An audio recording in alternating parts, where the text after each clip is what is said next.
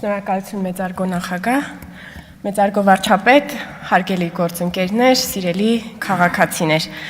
Հայաստանի Հանրապետության Սահմանադրության մեջ գրված է. կրոնական կազմակերպություններն անջատ են պետությունից։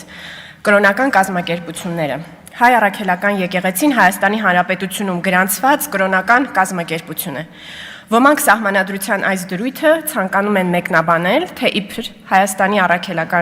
Հայ առաքելական եկեղեցին կարող է իրեն պահել որպես պետությունից դուրս եւ պետությանը զուգահեռ կառույց,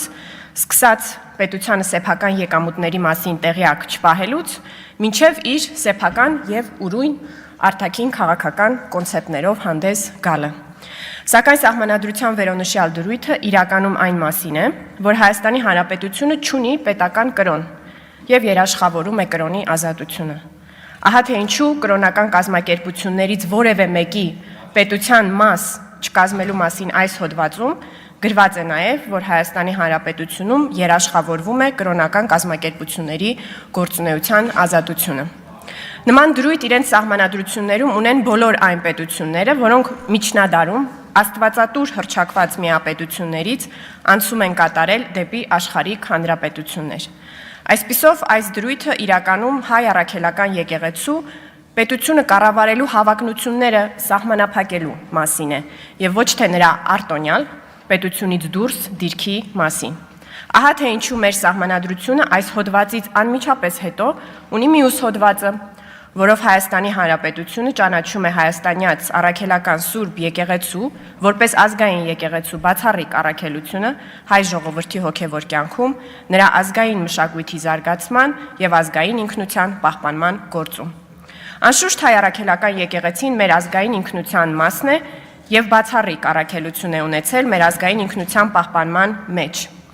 Ես իմ նախորդ ելույթներից մեկում խոսել եմ այն մասին, որ Օսմանյան կայսրությունում արդարացված էր հայ առաքելական եկեղեցու այդ ժամանակվա կաթողիկոսի իսկ բնորոշմամբ գազանազուսպ եւ լարախաղաց լինելը, եւ այն մասին, որ այժմ Հայաստանի Հանրապետության որոշելիքն է լինել գազանազուսպ եւ լարախաղաց, թե չլինել։ Այս անգամ խոսենք պարսկական կայսրության օրինակով, հասկանալու համար, թե ինչ զոհողությունների է գնացել հայ առաքելական եկեղեցին մեր ազգային ինքնության պահպանման իր ստանձնած առաքելությունը կատարելու համար, ինչպես են այդ զոհողությունները փոխել մեր եկեղեցին եւ ինչպես այժմ պետք է փոխվի հայ առաքելական եկեղեցին։ Դպրոցում բոլորս էլ սովորել ենք, որ պարսկական կայսրությունում քրիստոնյա մնալու համար անհրաժեշտ էր վճարել գլխահարկ։ Ընդ որում առնվազն 17-րդ դարում պարսկական կայսրությունը շահագրգռված չէր քրիստոնյաների կամ քրիստոնեության վերացմամբ, քանի որ դա կհանգեցներ ֆինանսական կորուստների։ Այն աստիճան, որ յուրաքանչյուր քրիստոնյա հպատակ, ով ընդունել էր մահմեդականություն, ամեն պահի կարող էր վերադառնալ նախկին կրոնին, եթե ընդամենը պարտավորվեր վճարել այդ հարկը։ Իսկ ինչ էր վճարում մեր եկեղեցին։ Պարսկաստանում յուրաքանչյուր պաշտոն, ինչպես յուրաքանչյուր պաշտոն, այդպես էլ կաթողիկոսի պաշտոնը պետք է գնվեր։ Կաթողիկոսը շահի հանդեպ ոչ այլ ինչ, քան իր հավատարմությունը պետք է արտահայտեր նրան ճոխ ընծաներ բերելով։ Իսկ եպիսկոպոսները իրենց պաշտպանությունը պետք է գնեին կաթողիկոսից այնպես, ինչպես կաթողիկոսն իր պաշտպանությունը գնում էր խանից կամ շահից։ Այսինքն հայ առաքելական եկեղեցին իր գոյությունը պահպանելու համար ստիպված է եղել մերվել պարսկական կայսրության բացարձակապետական կարգում գործող ֆինանսական եւ հիերարխիկ բուրգին։ Այս մասին մենք կարդում ենք պատմաբան Աշոտ Հովհաննիսյանի հայ ազատագրական գաղափարին նվիրված նախորդ դարասկզբի գրված գրքում, որտեղ նա ասում է, որ հայ ազգի ազատագրության մասին մտածող հայ մելիքները իրենց ծանր կացության մեջ այլևս չէին կարող համերաշխ լինել կղերի հետ, քանի որ մեջբերում եմ պարսկական պետական իմաստության վարքականոններն ավելի ու ավելի յուրացրած եւ գոյություն ունեցող համակարգի հետ համերաշխ ապրող կղերին այլևս հնարավոր չէր ներգրավել ազատագրական ծրագրի մեջ։ Գիտեք,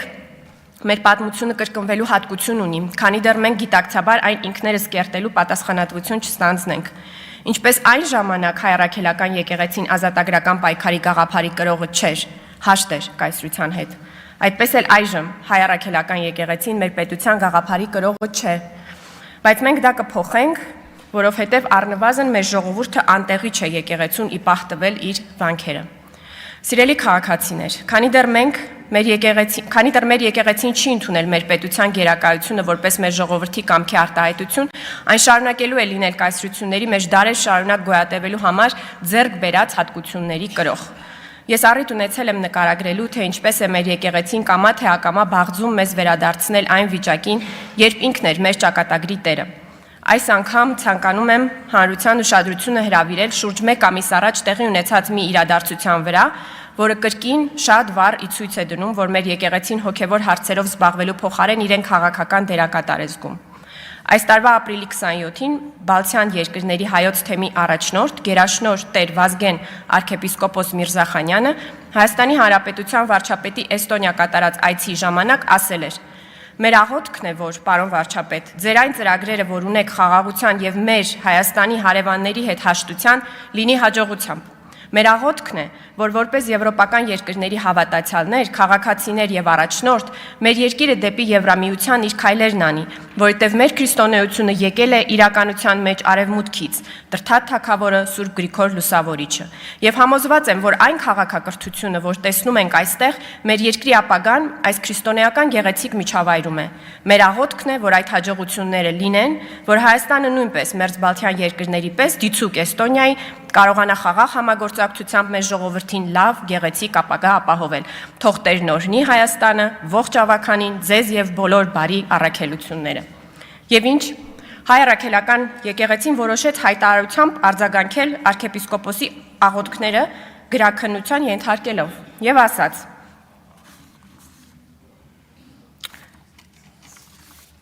Թեմակալ առաջնորդի կողմից արտահայտված որոշ մտքեր եւ դատողություններ խիստ սուբյեկտիվ են, այսինքն աղոթքները սուբյեկտիվ են, անհատական եւ վերագրելի չեն եկեղեցուն։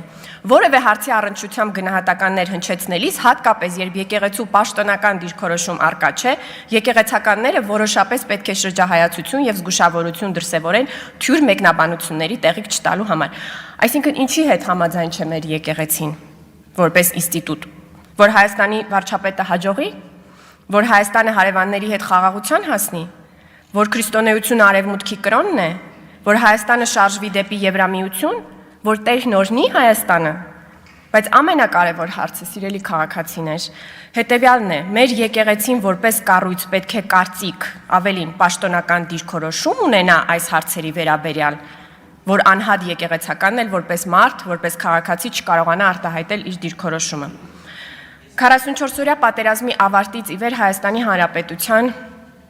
Հայաստանի ժողովրդի ինքնակազմակերպման գերագույն ձևի դեմ ընդվզել են ապապետական, կայսերական քաղաքական մտքի կրող գեներալներ եւ դիվանագետներ, ընդվզել են եւ ընկրկել։ Այժմ այդ քաղաքական մտքի բուն ծնողի եկեղեցու հերթն է։ Վերջը պարզ է։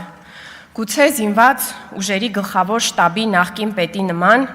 դիմի Հայաստանի Հանրապետության վարչական դատարան։ Հիշում եք, նա էլ իր ընդվզումից հետո ստիպված եղավ այնուամենայնիվ առերեսվել պետության հետ։ Եվս 3 փոքր նկատառում։ Մարդիկ հարցնում են, միթե եկեղեցու որոշ սպասավորների կուսակրոն չլինելը քննարկելը նրանց անձնական կյանքին միջամտություն չէ։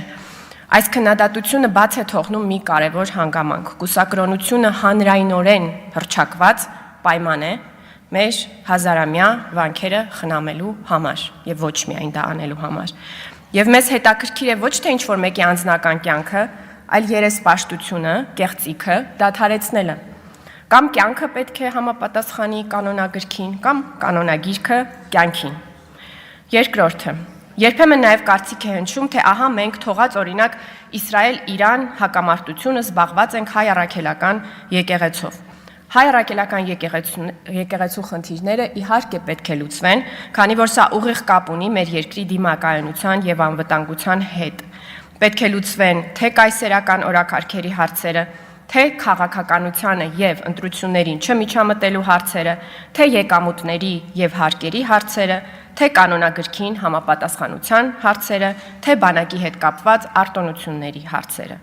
Եվ մի վերջին նկատառում բառապաշարի հետ կապված։ Ոմանց նուրբ հոգիները ցնցվել են վարչապետի բառապաշարից։ Իմ նուրբ հոգին եւս, պարոն վարչապետ, խստորեն դատապարտում եմ։ Սակայն ոմանց պարագայում այդ ցնցումը արժանի ցնցում էր, քանի որ արդեն որ երրորդ տարին է գուբերնատորները, նրանց սպասարկող հոգևորականները, որոշ բլոգերներ կարծում են, թե երբ հարվածներ են հասցնում պետությանը, դուք պետք է ձեռքերը ներքև պահեք, ինչու եք բարձրացնում, ինչու եք պատասխան հարվածներ հասցնում։ Խստորեն դատապարտում եմ